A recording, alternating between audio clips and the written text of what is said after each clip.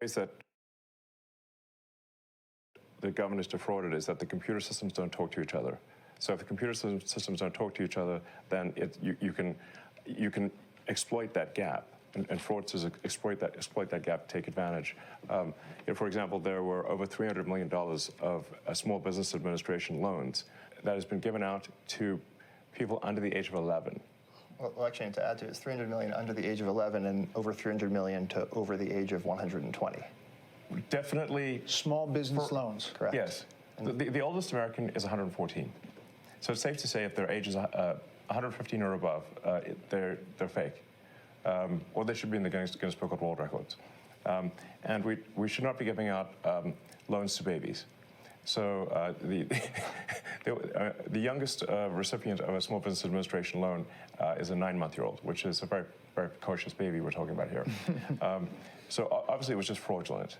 And they do terrible things. They actually will see that a kid's been born. They will steal that kid's social security number and then take out a loan and leave that kid with a bad credit rating.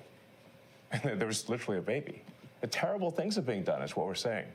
And how? And we're stopping these terrible things. And you can stop it? I mean, well, we are stopping it. The reason this is happening is because the two systems are not talking to each other. Yes. Right? And so you don't know at the Small Business Administration that you're giving a loan to a 9-month-old, which happened in one case, because you're not cross-referencing that with the Social Security Administration data that has birth dates. So that very, very simple fix eliminates tremendous fraud. And that there are multiple systems across the government where the systems are not speaking with one another. And if you just solve that simple problem, you would solve a huge amount of fraud. Are you surprised? So one of the ways that, like one of the key tricks that the fraudsters pull is that they will use the fact that someone is marked as live, and as sort of just that social security number is marked as live in Social Security, and then get disability and unemployment insurance for a dead person.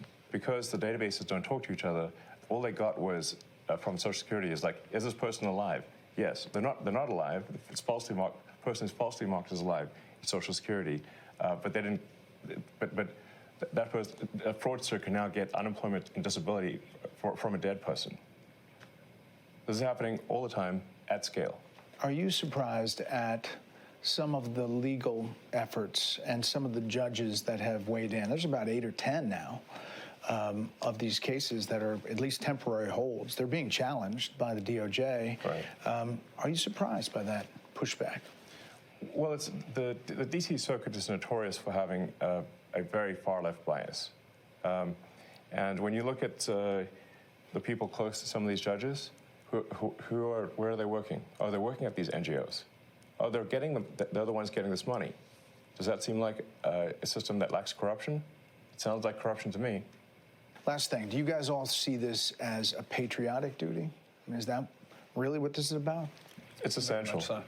Very much so. I do, 100%. I was running 5 businesses in Houston, and I left that. I left great people to do this, and my wonderful wife said, go for it, and here I am. But I feel like this is me giving back to the country. If we don't do this, we're sunk. The ship, unless this exercise is successful, the ship of America will sink. That's why we're doing it. Well, gentlemen, I really appreciate the time. Hassan, Interior Department, you're a former oil company CEO. You're reviewing contracts before they're approved for funding. What are you finding? Well, Elon and Steve kind of stole my thunder a little bit, but I actually found that customer service survey contract. I actually have an example of one right here. I could have done this in high school. And Is that right? I found it. Is that bad? I found it on the weekends because under the Biden administration, there was no departmental oversight within the Department of Interior whatsoever. None. We are now reviewing every single contract, every single grant, and when things come to my attention that don't make sense, I'm bringing them to Secretary Burgum, and he's been fantastic. He's a businessman. He's very supportive of DOGE. It's been wonderful to work with him. Is the battle between government of decades of buildup and business, which you guys are, is that like a train hitting each other? I mean, it seems like it's pretty disruptive. Well, this is a revolution, and I think it might be the biggest revolution in government since the original revolution. But at the end of the day, America is going to be in much better shape America will be solvent. The critical programs that people depend upon will work, and it's going to be a fantastic future. But are we going to get a lot of complaints along the way? Absolutely. You know, one of the things I learned at PayPal was you know who complains the loudest and with the most amount of fake righteous indignation? The fraudsters.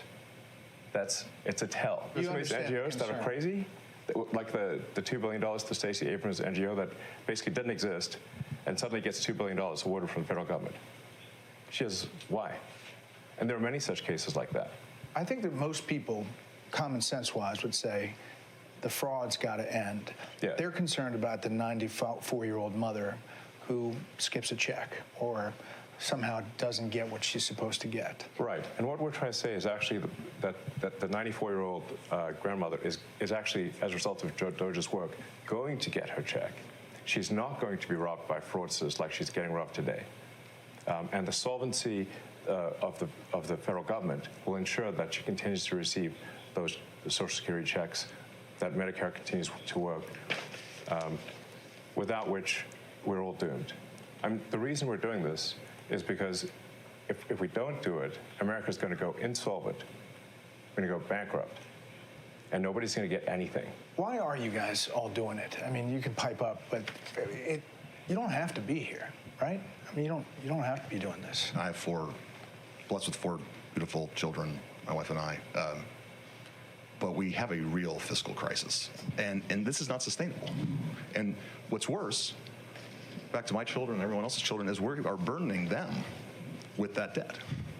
And it's only going to grow. Steve, there's not a lot of hierarchy here. You guys are kind of all approaching it in different, silos, but with the same kind of goal, right? I mean, this is really Silicon Valley private sector colliding with government.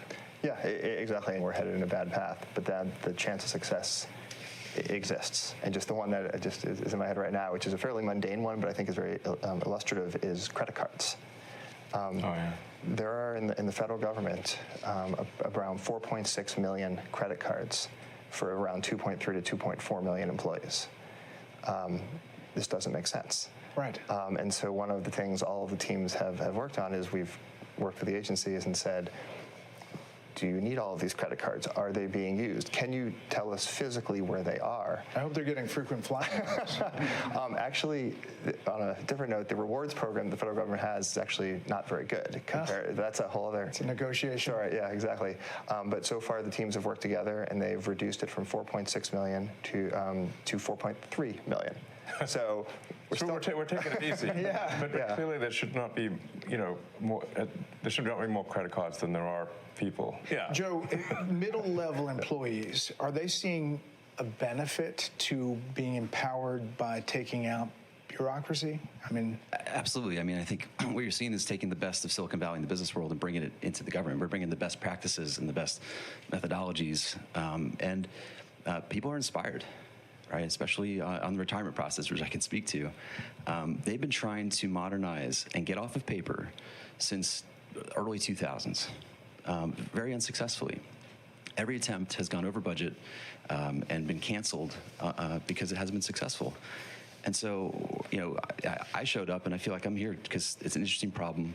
We can use design to solve it and good engineering, and really create a better experience for everybody. We're talking about elementary financial controls that are necessary for any company to function. So, like, if the federal government, if a commercial company operated the way the federal government does, then it would be immediately go bankrupt. It would be delisted. The officers would be arrested. The changes we're putting in place will enable the federal government to pass an audit. It will enable taxpayers to know where the money is going and know that their hard-earned tax dollars are being spent well. Elon Musk sitting down for an